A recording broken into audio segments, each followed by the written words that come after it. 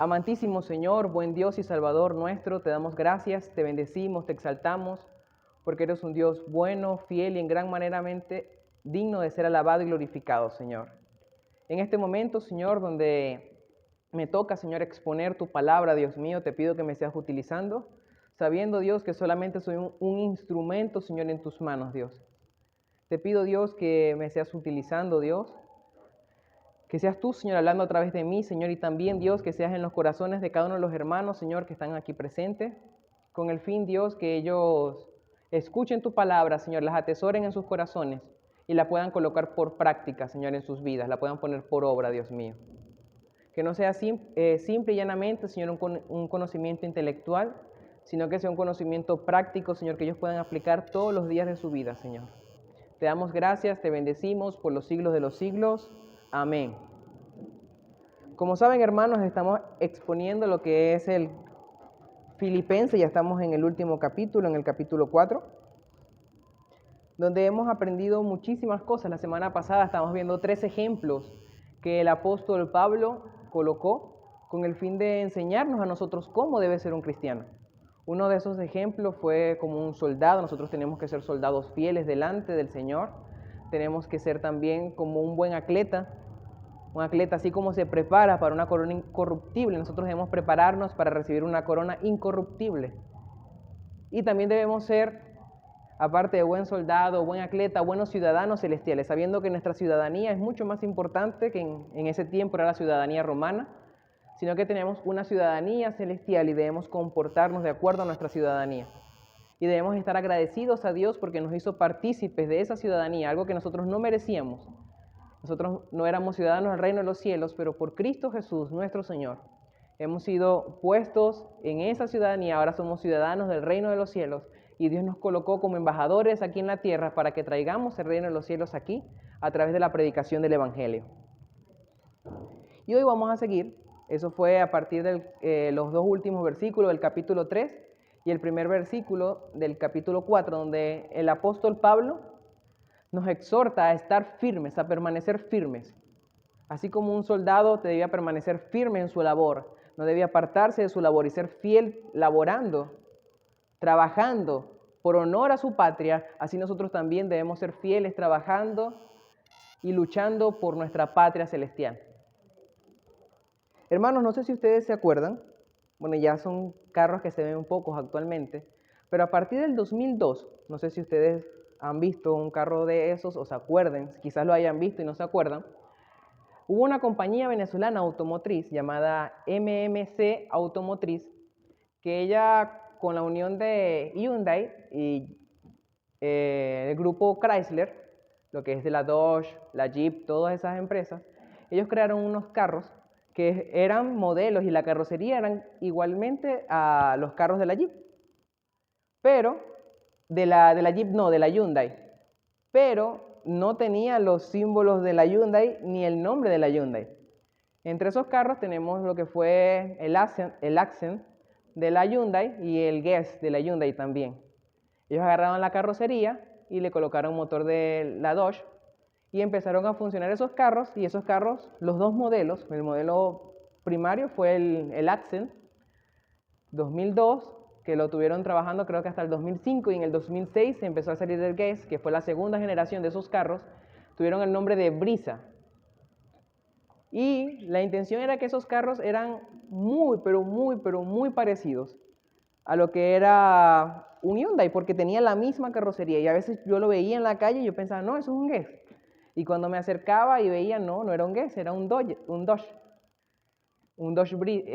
Brisa. O veía un Accent y dije, no, eso es un Accent de la Hyundai, pero no era así. Entonces, a pesar de que eran muy parecidos los carros, porque tenían la misma carrocería, no eran igual, tenían características que los hacía diferentes. Yo sé que quizás este ejemplo de los carros muchos hermanos no van a entender, más que todas las hermanas, pero les coloco otro ejemplo. Resulta que cuando yo era pequeño, mi abuela siempre tenía la costumbre, era como una tradición dentro de la familia, que todos los años en vacaciones, en lo que es las vacaciones escolares, nos íbamos todos a Santa Rosa Nove, a Margarita. Íbamos todos juntos a Margarita y pasábamos nuestras vacaciones allí, por lo menos una semana.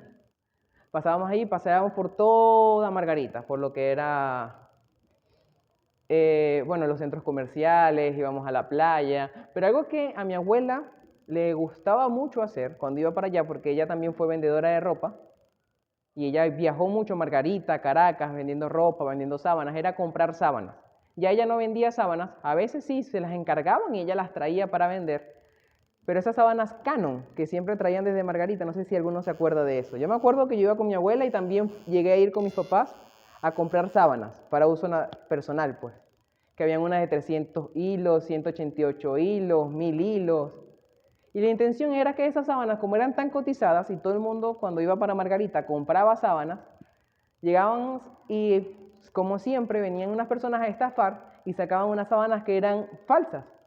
Había unas sábanas que tenían 3000 hilos. Ayer leyendo, para dar el ejemplo, me di cuenta que la Canon solamente tiene sábanas hasta 1000 hilos. Ya después de allí ya es falso.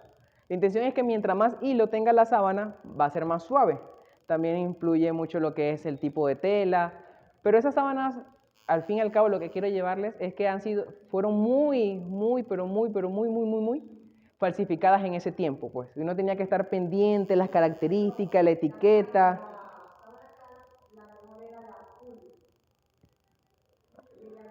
La hermana llegó a vender, es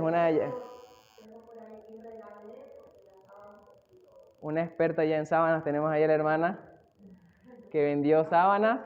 Y sí, bueno, había varios modelos y a veces uno tenía que estar, bueno, la hermana cualquier cosa me corrige, uno tenía que estar con el logo, que ellos tenían como una etiqueta dorada, que no la tenían las copias, y el lugar donde estaba, a veces sí las tenían, pero no era en el lugar donde se colocaban las originales. Y era, o sea, tenía que, cuando uno iba a comprar sábanas, uno tenía que saber, pues. Yo se lo dejaba a mi abuela, a mi papá, que sabían, pues. Pero algo que uno tenía que saber y era algo muy minucioso, uno tenía que ver, mi abuela sacaba la sábana, la tocaba, no, esta tela sí es, esta tela no es. Pero algo difícil, pues, pero sí habían características que nos daban a entender cuál era original y cuál no era original. Y así pasa con muchas cosas. Si usted va a Colombia, a Cúcuta, todo se lo venden como si fuera original y muy difícilmente usted compra algo original allí, más que todo en los puestos que están pasando, recién pasando el puente, usted va a ver que va a ser difícil. A veces las personas compran leche allí y lo que le venden es cal o le venden yeso. Eso es muy común por aquellos lados. Fue algo que siempre me dijeron cuando fui a Cúcuta en aquella ocasión. Era eso, no compres nada a los buhoneros, trata de comprar en un supermercado o una tienda, porque los buhoneros tratan siempre de engañar a las personas, pues. Y así vemos con los zapatos. Y vemos que hay buenas copias. Vamos a entender que sí hay buenas copias. Copias que si uno no sabe, lo engañan. Pero hay copias que uno ve de lejos que son copias, pues. Como esos zapatos que en vez de ser Nike son Nike. Y así, pues, o tienen el símbolo volteado. Por ahí vi un bolso que tenía un Jordan y lo que menos parecía era un Jordan. Entonces, lo que quiero mostrar con todo esto es que nosotros tenemos que estar muy pendientes. Bueno, para cuando nosotros íbamos a comprar algo, tenemos que estar pero muy pendientes para saber si el producto iba a ser de buena calidad, si era un producto original, o lo que nos estaban vendiendo era una imitación barata. Entonces uno tenía que saber, porque lo que son los colombianos para copiar las cosas, eso no sé cómo hacen. Y los chinos lo hacen igualito. Tú lo ves a simple vista y no sabes que es una copia. Pero después tú lo tocas y después, bueno, a veces muchas personas, y les aseguro que a más de uno de aquí los estafaron con un producto o algo así que le dijeron que era original y al final no era. Y así mismo, hermanos, es el cristianismo. Tenemos características precisas, características que nos diferencian de los no cristianos. Hay muchas personas que dicen ser cristianos y vienen aquí a la iglesia, tienen hasta un vocabulario cristiano, dijera el pastor Antonio. Dios te bendiga, empiezan a hablar de Dios te bendiga, bendecido, varón, empiezan a hablar a un vocabulario cristiano que ellos mismos han creado y todo el mundo, no, ese es cristiano, ese ve cómo me habló, ese me dijo Dios te bendiga, ya ese es un hijo de Dios. Y muchas veces, para no decir la mayoría, nosotros nos terminamos estrellando porque en verdad no son hijos de Dios. Entonces el cristianismo tiene características esenciales para nosotros poder diferenciar lo que es un verdadero cristiano a lo que no es un verdadero cristiano. Como decía aquí, que bueno, una de las cosas que nosotros hemos utilizado Es que nosotros, bueno, todo el mundo se llama ser cristiano. Si usted agarra un católico, no, yo soy cristiano. Si usted agarra a un mormón, yo soy cristiano. Todos son cristianos. Un adventista también es cristiano.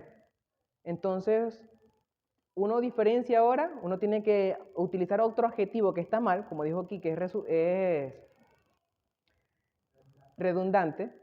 El hecho de que nosotros tengamos que ahora llamar, bueno, un cristiano nacido de nuevo, un cristiano verdadero, un cristiano convertido, un cristiano genuino. O sea, si es un cristiano, es un seguidor de Jesús, tiene que ser una persona genuina, nacida de nuevo, una persona transformada. Pero hemos tenido la necesidad de agregar otros adjetivos a lo que es el cristianismo, como bueno, nosotros lo hacemos con orgullo, llamamos bautista, porque tantas personas se han descuidado, han dañado la doctrina, que es necesario marcar distinciones claras para nosotros distinguirnos de aquellas personas que han cambiado la verdad por la mentira. Es por eso que nosotros llevamos ese nombre y siempre el pastor Antonio, si usted lo ve, en todos sus libros dice Pastor Bautista Antonio Liscano. Si usted cuando el pastor se presenta siempre dice, no, yo me congrego en la iglesia bautista Bethesda y hace énfasis en bautista es por eso, para hacer la diferencia. Y muchas veces son diferencias sutiles, personas muchas veces nos engañan, dicen, parecen que son cristianos. Y tienen aparentes frutos de arrepentimiento, pero cuando nosotros vamos a ver a la vida práctica, no es así. Y bueno, el Señor Jesús nos dejó un ejemplo claro sobre esto. Les invito, hermanos, a buscar en sus Biblias Mateo capítulo 13. Mateo capítulo 13.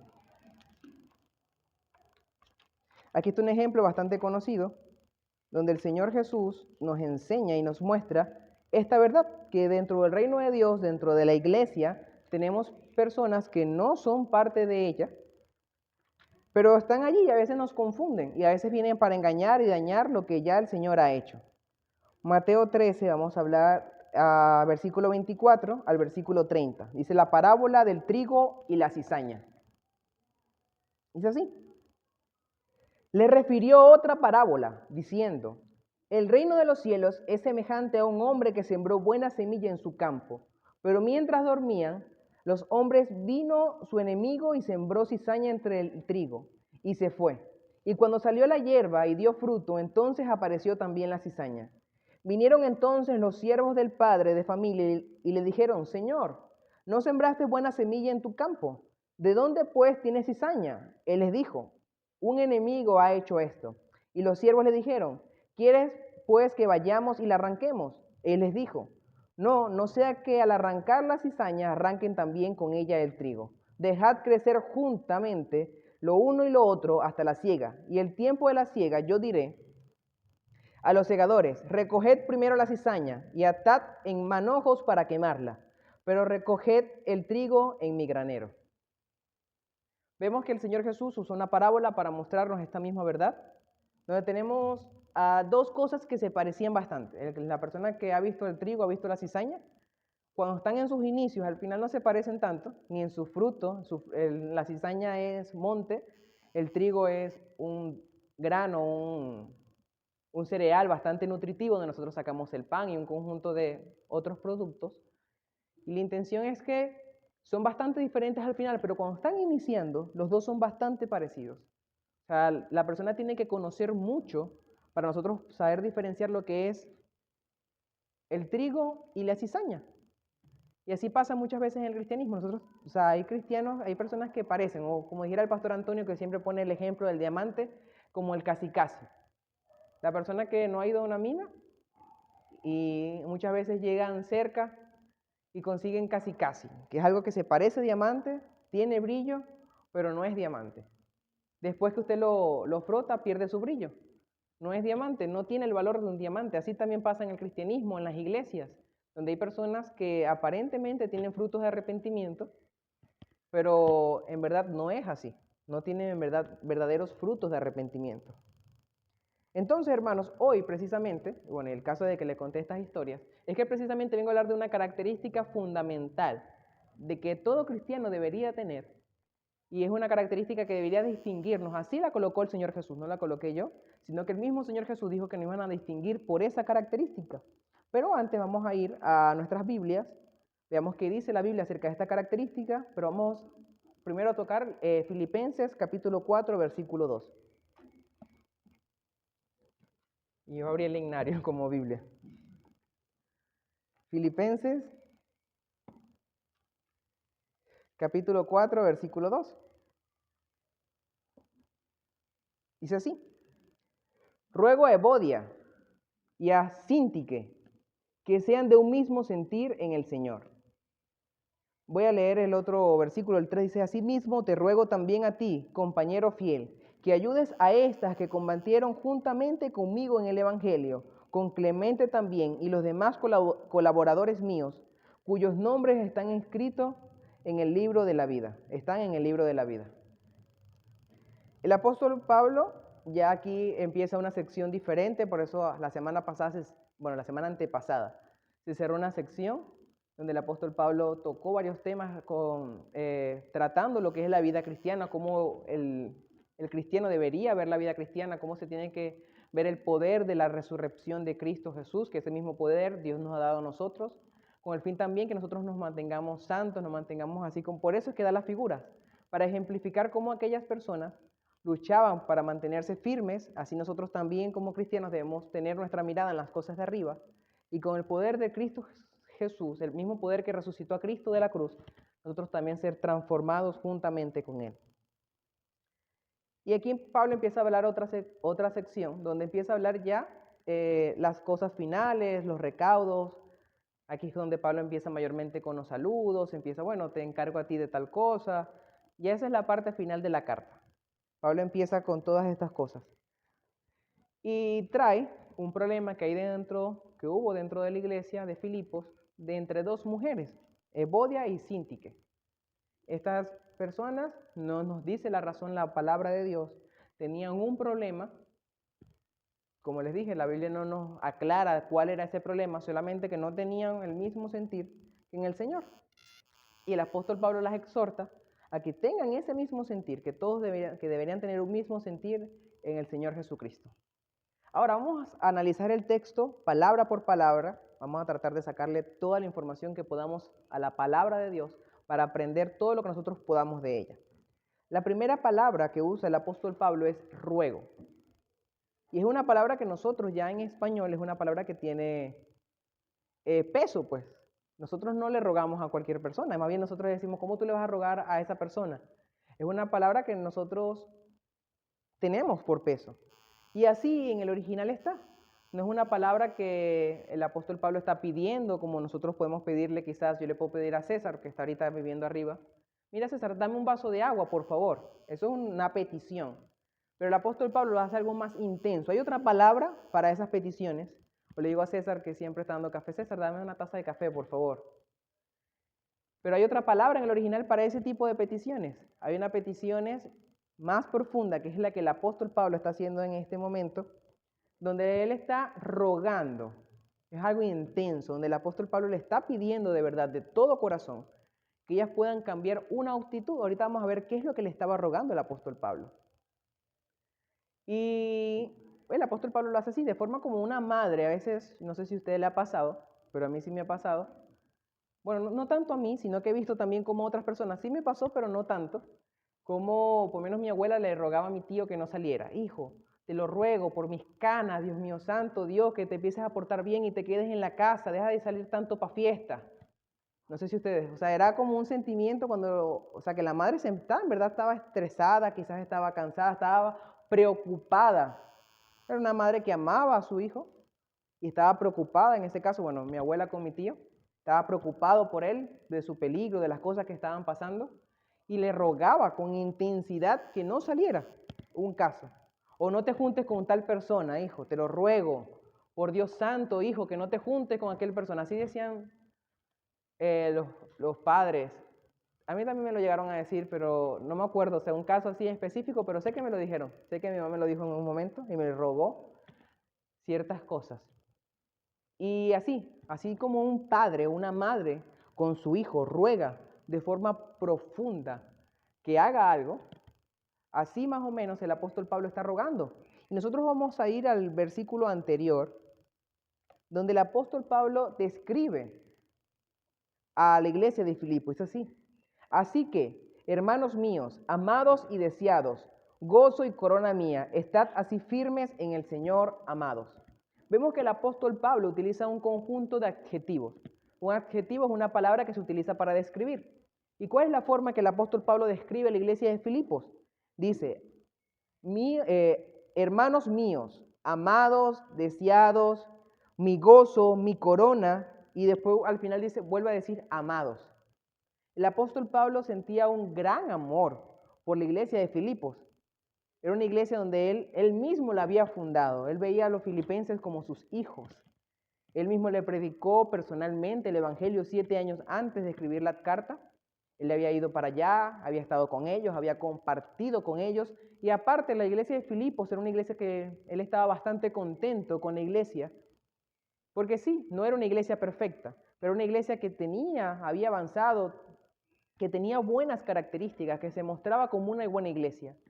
Y una de las cosas por las que el apóstol Pablo estaba agradecido con la iglesia de Filipos era porque ella se había encargado de ayudarlo cuando él estaba en la cárcel. Tanto así que Epafrodito, justamente la persona que está llevando la carta desde la cárcel, donde Pablo se encontraba, a Filipos, él fue a la cárcel justamente a llevar ayuda para Pablo. Y en ese proceso se había enfermado y va de regreso a llevar esta carta a los filipenses. Y Pablo estaba agradecido con los filipenses porque en verdad habían sido de mucha ayuda. Y no solamente aquí, también cuando se refiere a la iglesia de Macedonia, Filipos era una de las principales ciudades de Macedonia que lo ayudaron, lo sustentaron, por ejemplo, en su ministerio en Corintios. Se estaba refiriendo a la iglesia de Filipos, una iglesia que había aportado tanto monetariamente, tanto en sus oraciones, espiritualmente, estaba dispuesta y siempre estaba pendiente de lo que era el apóstol Pablo. Lo ayudó muchísimo, lo reconocían en verdad como esa persona que Dios había puesto para que le diera su palabra, y ellos tenían un gran afecto por el apóstol Pablo. Pero también el apóstol Pablo tenía un gran afecto hacia ellos, él se había apegado mucho a ellos, y este ruego no lo hace como una persona que tiene que hacerlo, así como cuando está un general y le tiene que decir a un soldado algo que es un mandato, es su obligación decírselo, no tiene ninguna cercanía quizás con el soldado. O en un trabajo, un jefe con su empleado. O sea, él manda algo es porque se tiene que cumplir y ya. El apóstol Pablo no hace eso. El apóstol Pablo lo hace con amor, con cariño. El apóstol Pablo quería el bienestar de la iglesia de Filipos. Eso es lo que el apóstol Pablo quería. El apóstol Pablo no iba a darles un mal consejo a ellos para que ellos fracasaran. No, él quería en verdad verlos en unión, en amor. Es por eso que el apóstol Pablo hace un ruego profundo a ellos. Ahora, ¿a quién el apóstol Pablo hace este ruego? Vemos que el texto nos muestra que fue a Evodia y a Síntique. ¿Y quiénes son estas mujeres? En verdad, así como no nos dicen la razón por la cual no estaban en unión, no tenían el mismo sentir, tampoco nos dicen mucho acerca de ellas. Lo único que tenemos, información concreta de ellas, está en el versículo 3, que nos muestran que habían sido sus colaboradoras, habían estado luchando juntamente con el apóstol Pablo y otras personas como fue Clemente y otros colaboradores, y Pablo hace énfasis y muestra que estas mujeres son cristianas, son creyentes, y los colaboradores con quien ellas habían trabajado. Dice al final que su nombre está en el libro de la vida.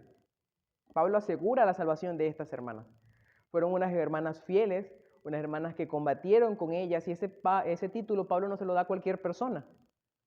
Pablo era una persona bastante rigurosa, bastante dura, tanto así que si nosotros vemos el primer viaje misionero de Pablo, cuando fue con Bernabé y Juan Marcos, hubo una división entre Bernabé y Pablo por el hecho de que Bernabé quería seguir con Juan Marcos, su sobrino, pero el apóstol Pablo no quería porque Juan Marcos se había ido en medio del viaje misionero y no quería volver a viajar con él. El apóstol Pablo era una persona estricta, era una persona que le gustaban que las cosas se cumplieran bien hechas, y cuando él llamaba compañero de lucha a una persona es porque en verdad había luchado con ella y había sufrido con ella. Muchos teólogos nos muestran y nos dicen que esa palabra de lucha era una persona que había sufrido, así como un gladiador sufría en la batalla, que había luchado. Algo así muy parecido es la palabra que se usa aquí y nos muestra la cercanía que estas dos mujeres tuvieron con el apóstol Pablo para luchar. Quizás fueron una de las hermanas que Dios dispuso para que se fundara la iglesia dentro de Filipos, dentro de la ciudad de Filipos, y siguiera el ministerio en Macedonia. Y fueron ellas las que estuvieron allí, quizás es lo más probable, pero nos muestran eso, que eran personas creyentes, que eran personas fieles, y quizás estas hermanas, vamos a buscar, hermanos, en nuestras Biblias, Hechos capítulo 16, versículo 13. Hechos capítulo 16, versículo 13.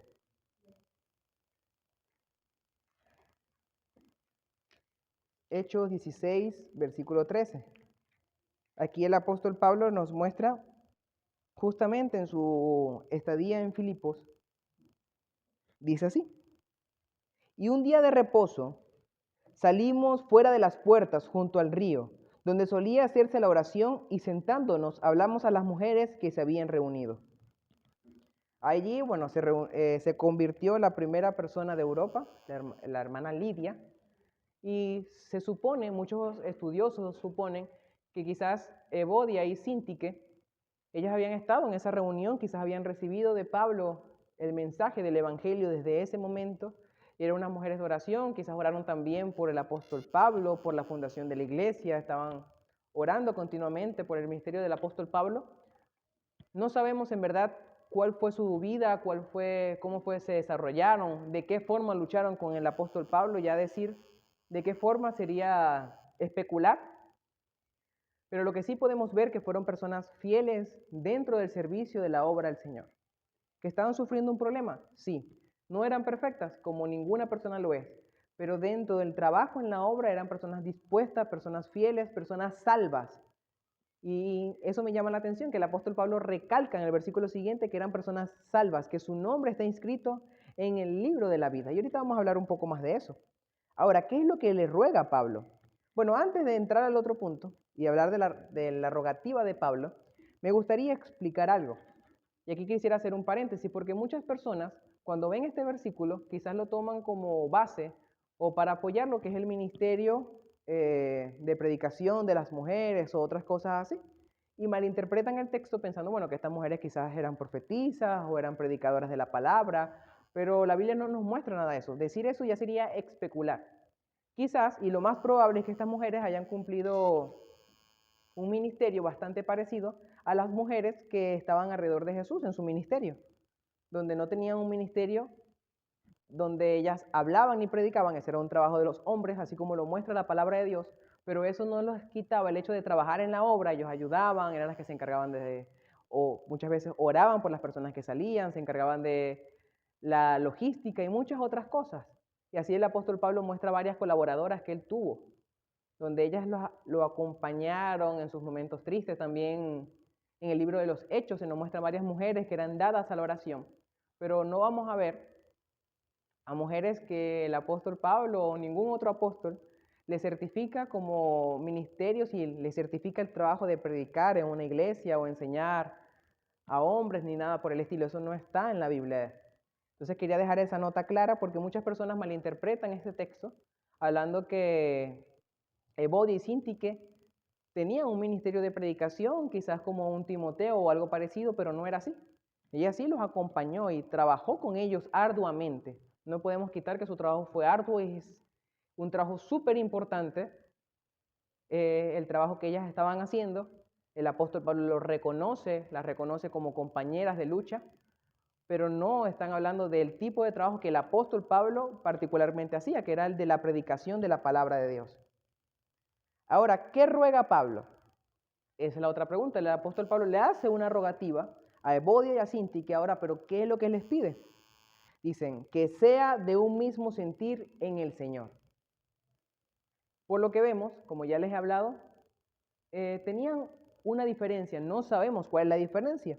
Pero si nosotros nos vamos, hermanos, a Filipenses, la carta que estamos estudiando, capítulo 2, versículo 2, dice así: completad mi gozo, sintiendo lo mismo, teniendo el mismo amor, unánime, sintiendo una misma cosa. El apóstol Pablo, sí, era una persona que admiraba a la iglesia de Filipos, era una buena iglesia, pero no podemos negar que la iglesia de Filipos tenía problemas. Como cualquier otra iglesia, no era una iglesia perfecta. En ese caso, el apóstol Pablo recalca más que todo lo que son los problemas de ciertos conflictos que habían dentro de la iglesia por egoísmo y, como ya les he mencionado en otras ocasiones, La iglesia de Filipos era una comunidad especial, no era como las otras comunidades a las que Pablo había ido. Era una comunidad formada principalmente por veteranos de guerra, personas que habían obtenido un alto rango militar y por lo tanto eran personas orgullosas, acostumbradas a mandar, y también por ciudadanos romanos. El ciudadano romano era una persona que estaba tan orgullosa, no cualquiera persona era ciudadano romano, de eso hablé la semana pasada, de su ciudadanía, que muchas veces se creía y tendía a ser egocéntrico, a creerse más que las demás personas, y veía a las demás personas por debajo de su hombro. No creía que un esclavo en Cristo Jesús tuviera los mismos privilegios de salvación que ellos tenían y otros pensamientos. Y por eso el apóstol Pablo en el capítulo 2 hace una exposición hermosa y pone como ejemplo a Cristo Jesús. Dice el versículo 5, dice, haya pues en vosotros este mismo sentir que hubo en Cristo Jesús, el cual siendo en forma de Dios no estimó el ser igual a Dios como cosa que aferrarse, sino que se despojó a sí mismo. Cristo mostró cómo Cristo se despojó de su gloria, se despojó de sus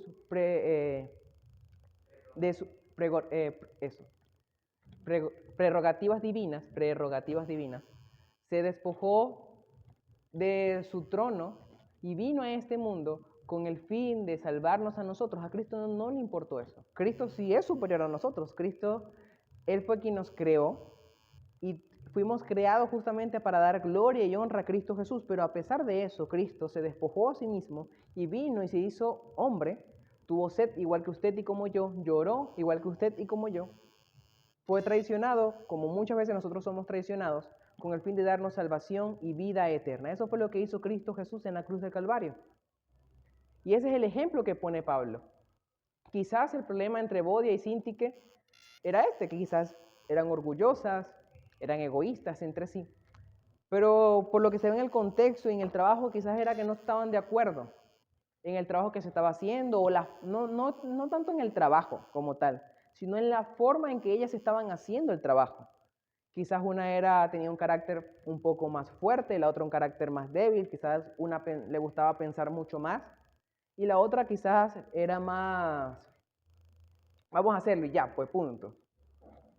Algo más impulsiva. No sabemos, la Biblia no nos menciona. Pero lo que sí nos deja claro la Biblia es que Dios quiere, y el apóstol Pablo quería, porque sabía que era la voluntad de Dios, que entre ellas no hubieran este tipo de pleitos, este tipo de discusiones, sino que ellas pudieran tener un mismo sentir. Vamos a decirlo en criollo, jalar para el mismo lado. No podían estar jalando, estar en un mismo cuerpo y querer cosas diferentes, ir para diferentes partes. No podía ser así. Es como que yo estuviera en un barco y una persona remara para ir al frente y otra remara para ir atrás. ¿Qué va a pasar? No va a avanzar. Nunca se va a avanzar. Y esto es lo que el apóstol Pablo ruega a estas mujeres, es que ellas tengan un mismo sentir en el Señor. Y quiero resaltar esa palabra, en el Señor. No es tener un sentir de acuerdo a lo que yo quiera o como se ha levantado en los últimos tiempos, lo que es el movimiento ecumenista, sincretista, que son movimientos que quieren abarcar todas las religiones y bueno, todos creemos en Dios, todos tenemos un mismo Dios y unirnos. No sé si han escuchado pensamientos así. No, los testigos de Jehová, los evangélicos, todos es un mismo Dios. ¿Por qué pelear por discusiones? Eso es algo grave, es en el Señor, y el apóstol Pablo lo recarga, que tiene que ser en la verdad de nuestro buen Dios y Salvador. Y le voy a invitar a estar en 2 de Juan, tiene un solo capítulo, versículo 10. Juan, segunda carta de Juan, versículo 10. Dice así: si alguno viene a vosotros y no trae esta doctrina, no lo recibáis en casa, ni le digáis bienvenido. Y aunque no lo creamos, hermanos, la unión que habla el apóstol Pablo y la unión que nosotros vemos en la Biblia es una unión en la misma fe y práctica. Si tenemos personas que no son de la misma fe y práctica, no podemos unirnos con ellas.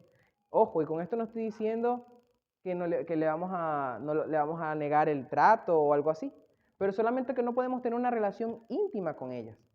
Y el apóstol Juan, que es el apóstol del amor, que está hablando en esta carta, que siempre las personas lo consideran así porque hablaba bastante de amor, y en su primera epístola él habla bastante de lo que es el amor, dice que el que no ama no ha conocido a Dios porque Dios es amor. El apóstol Juan es tajante, dice, si alguno viene a vosotros y no trae esta doctrina, no lo recibáis en casa, ni le digáis bienvenido. ¿Qué pasaba? Antes las iglesias no eran como nosotros, que tenían templos, eran en las casas, y muchas veces venían falsos profetas, eran personas que se decían ser cristianos, pero tenían doctrinas bastante divididas, bastante diferentes a las que nosotros tenemos. Una de esas doctrinas era el docentismo. ¿Qué decía el docentismo? Decía que Cristo Jesús no tenía un cuerpo humano, sino que había venido solamente en espíritu. ¿Por qué? Eso procede de lo que es la filosofía platónica, de los gnósticos, que ellos decían que la materia es naturalmente mala. Por lo tanto, Jesús no pudo tener un cuerpo natural porque se hubiera contaminado. Entonces, si Cristo Jesús no vino en carne, así nosotros vemos quizás la doctrina inofensiva, pero si Cristo Jesús no vino en carne a este mundo, entonces no pudo morir. Y si Cristo no murió por nosotros, entonces nosotros no tenemos salvación ni vida eterna, porque no hay sacrificio expiatorio, no hay sacrificio sustitutivo, no hay propiciación, no hay justificación, sino que nosotros somos tan pecadores como siempre y no hay esperanza para nosotros. Era una doctrina dañina dentro de la iglesia. Y hoy en día se han levantado muchas doctrinas dañinas y muchas veces por no querer ofender, las dejamos entrar, dejamos que entren. No, ven hermano, habla, predica, tranquilo. Muchas veces hasta hay iglesias que invitan a predicadores de diferentes denominaciones a su iglesia para que hablen, y lo que hemos creado en muchas iglesias es un sincretismo religioso. Ya las personas no saben qué creer, no saben qué doctrina hablan. Yo he escuchado personas cristianas que no creen en la Trinidad, están no solo Jesús, están tantas cosas que niegan la verdad de las Escrituras. Y la intención de tener un mismo sentir en el Señor no es que nosotros vamos a agarrar a cualquier cristiano, persona que se diga cristiana, y vamos a decirle, mira, vente, tenemos que tener un mismo sentir en el Señor. No, no es la idea. La idea no es tampoco, como se ha querido hacer muchas veces, unir lo que es el pentecostalismo con los bautistas, porque no es la idea, no mantiene nuestra misma fe y práctica. Nosotros nos vamos a las Escrituras y vemos que lo que ellos dicen no es verdad. Nosotros no podemos unirnos con personas que no tengan nuestra misma fe y práctica de forma profunda. No podemos, porque vamos a terminar en confusión. O una persona nos va a tratar de persuadir y nosotros quizás como débiles seamos persuadidos. Muchas veces, y el problema del hombre es que no tenemos una correcta visión de lo que nosotros, una correcta perspectiva de lo que somos nosotros. Si nosotros entendiéramos que somos personas débiles, que somos personas que fallamos, que somos personas que nos equivocamos, que podemos ser persuadidos por el maligno, nosotros nos cuidáramos mucho de guardar una línea distante. Es por eso que el pastor Antonio Liscano es muy tajante con todo, porque hay que tener una línea bien clara, bastante definida, porque las líneas leves se tienden a borrar rápido. Y ese es el mal de la iglesia hoy en día. Nosotros, lamentablemente, por tener fraternidad, hemos vendido la verdad. Y no es la idea, hermanos. La verdad siempre debe estar de primer lugar, con amor. Siempre decir la verdad con amor, pero no podemos apartarnos de la verdad. Y debemos entender, hermanos, que la verdad muchas veces va a traer divisiones, es verdad. Pero son divisiones necesarias. No podemos simplemente unirnos con el error para tener fraternidad. Es preferible sacrificar la fraternidad, pero mantener una doctrina pura. Y con eso no quiero, hermanos, que usted vaya a tratar mal a una persona y le vaya a decir, mira, no hables conmigo. No, tampoco es la idea. Nosotros tenemos que también saber decir la verdad con amor a las demás personas. Pero simplemente marcar una línea recta y mostrar, bueno, esta es mi línea, no me puedo desviar ni a derecha ni a izquierda. Me acuerda mucho al Progreso del Peregrino, que el Progreso del Peregrino a veces veía una línea y veía líneas que iban paralelos al camino donde él iba. Y él pensaba, bueno, esa línea es recta y sigue, y es más suave, es más fácil. Me voy a pasar para aquella. Y de repente, de poco a poco, se iba desviando la línea, y cuando terminaba viendo, estaba en un camino totalmente diferente al camino donde había empezado. Y muchas veces somos así, tenemos que tener cuidado con eso. Volviendo al versículo, hermanos, es necesario que con nuestros hermanos de una misma fe y práctica, nosotros mantengámonos unidos, jalando hacia un mismo lado. Hermanos, en el año 1930, el señor Mercedes, el dueño de la Mercedes, creó un vehículo, y el vehículo se llamó Mercedes 30, por cierto. La intención era sustituir al Ford Modelo T, era un vehículo bastante más potente, pero tenía un problema este vehículo. ¿Cuál era el problema de este vehículo? Resulta que en su motor había más compresión y muchas veces las explosiones que se hacen en un motor de combustión, si no sabía, el motor de combustión tiene pistones y la intención es cuando se quema el combustible, crea una explosión y hace que los pistones se mueven y eso mueve una rueda y eso alimenta todo lo que es el vehículo. Algo así parecido a grandes rasgos. La intención es que eran las explosiones de ese motor muchas veces, por crearse por compresión y no por la bujía, hacía que el motor tuviera explosiones irregulares, bajando el rendimiento del vehículo a la mitad. El vehículo corría 70 kilómetros por hora, tenía 40 caballos de fuerza, que ahorita es poquito, pero para aquel momento era lo último en tecnología, era el carro más rápido y el carro más potente que existía en ese momento. Pero gracias a ese problema donde los pistones no trabajaban en un mismo sentir, el vehículo trabajaba a la mitad. Eso se debió al tipo de combustible que se utilizaba en ese momento. Ocasionaba esto. Y así somos nosotros, hermanos. Bueno, hago un paréntesis, de ahí viene la palabra octanaje. El octanaje nos muestra justamente que el vehículo, el combustible va a tardar más en prenderse por compresión y se va a prender más fácil por bujía. De eso viene el octanaje. Entonces, bueno, ya saliendo de lo que es la mecánica y todo ese aspecto, volviendo a la Biblia, tenemos eso, hermanos, que nosotros debemos jalar para un mismo lado, tenemos que tener un mismo sentir, porque si no la iglesia no va a avanzar. Si tenemos divisiones dentro de nosotros, ¿cómo vamos a avanzar y cómo vamos a mostrar al mundo que Cristo es nuestro Señor? Y los peores imperios, bueno, los peores no, los mejores imperios, se han dividido no por amenazas externas, sino por amenazas internas, cuando desde adentro se empiezan a desboronar. Así fue que cayó el Imperio Romano. Duraron mucho tiempo en guerra entre ellos mismos, hasta terminar que se dividieran. Y las personas de afuera aprovecharon eso. Y muchas veces eso ha pasado con la iglesia. Hemos tardado mucho tiempo discutiendo cosas. Yo he visto iglesias, hermanos, que se ponen a pelear porque no saben elegir el color con que se va a pintar la iglesia.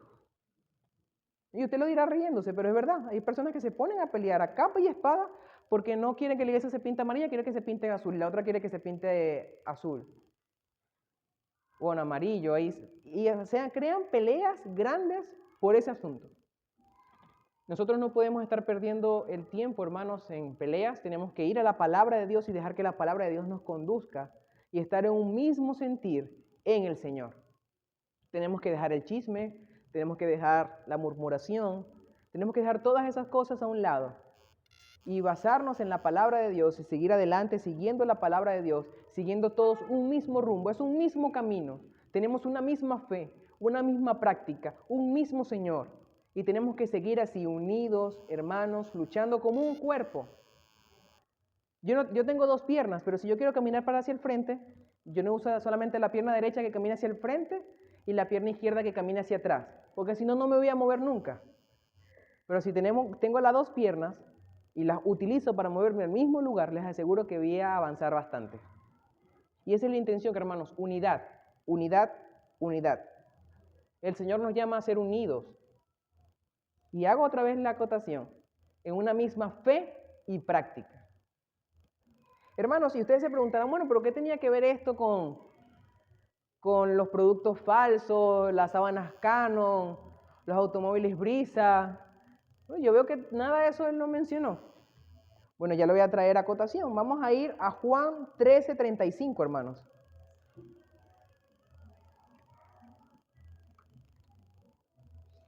Juan capítulo 13, versículo 35.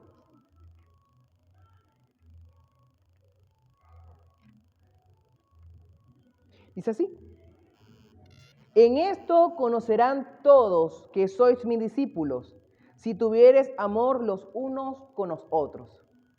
Una característica fundamental que debe tener todo cristiano para reconocerse como cristiano es que nos amemos unos a otros. Y muchas veces, hermanos, hoy en día muchos comerciantes tratan de agarrar productos falsos y hacer lo posible para que parezcan productos reales, productos originales. Pero la iglesia ha hecho todo lo contrario. La iglesia tiene el cristianismo verdadero, pero ha puesto todos sus esfuerzos en tratar de que el cristianismo verdadero se haga lo más parecido al cristianismo falso, al mundo. Y es lamentable, hermanos. Muchas veces hemos perdido la pureza y son cosas pequeñas. Y con esto no digo que por eso Evodia y Síntique ya no eran salvas. La Biblia muestra que son salvas, pero no estaban actuando como personas salvas. No estaban actuando como cristianas verdaderas. Porque ¿cómo van a reconocer el mundo que nosotros somos los discípulos de Cristo? En que nos amemos los unos a los otros. Es una característica fundamental que nosotros debemos de tener. Como ya les he mencionado, el primer versículo que yo me aprendí fue primera de Juan 4:8. Me lo aprendí en una canción. Y dice, el que no ama no ha conocido a Dios, porque Dios es amor. Si nosotros no nos amamos entre nosotros mismos, si nosotros nos dejamos el egoísmo a un lado y jalamos cada quien para lados diferentes, hermanos, la iglesia no va a avanzar. No vamos a estar unidos.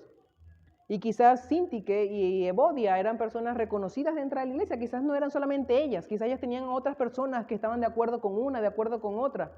Habían creado facciones dentro de la iglesia. La Biblia no lo dice, pero es muy probable que haya pasado eso. Y quizás la iglesia estaba perdiendo el tiempo en discusiones en vez de ponerse a trabajar con el fin de ganar más personas para Cristo, que ese es nuestro trabajo. Mantener y enseñar la sana doctrina, que hoy en día se ha ido perdiendo poco a poco, se ha ido diluyendo. Hemos preferido diluir la sana doctrina en vez de evitar la falsa doctrina.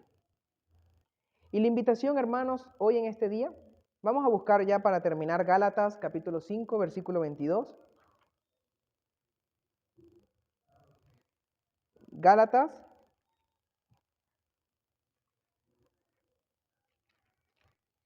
5:22.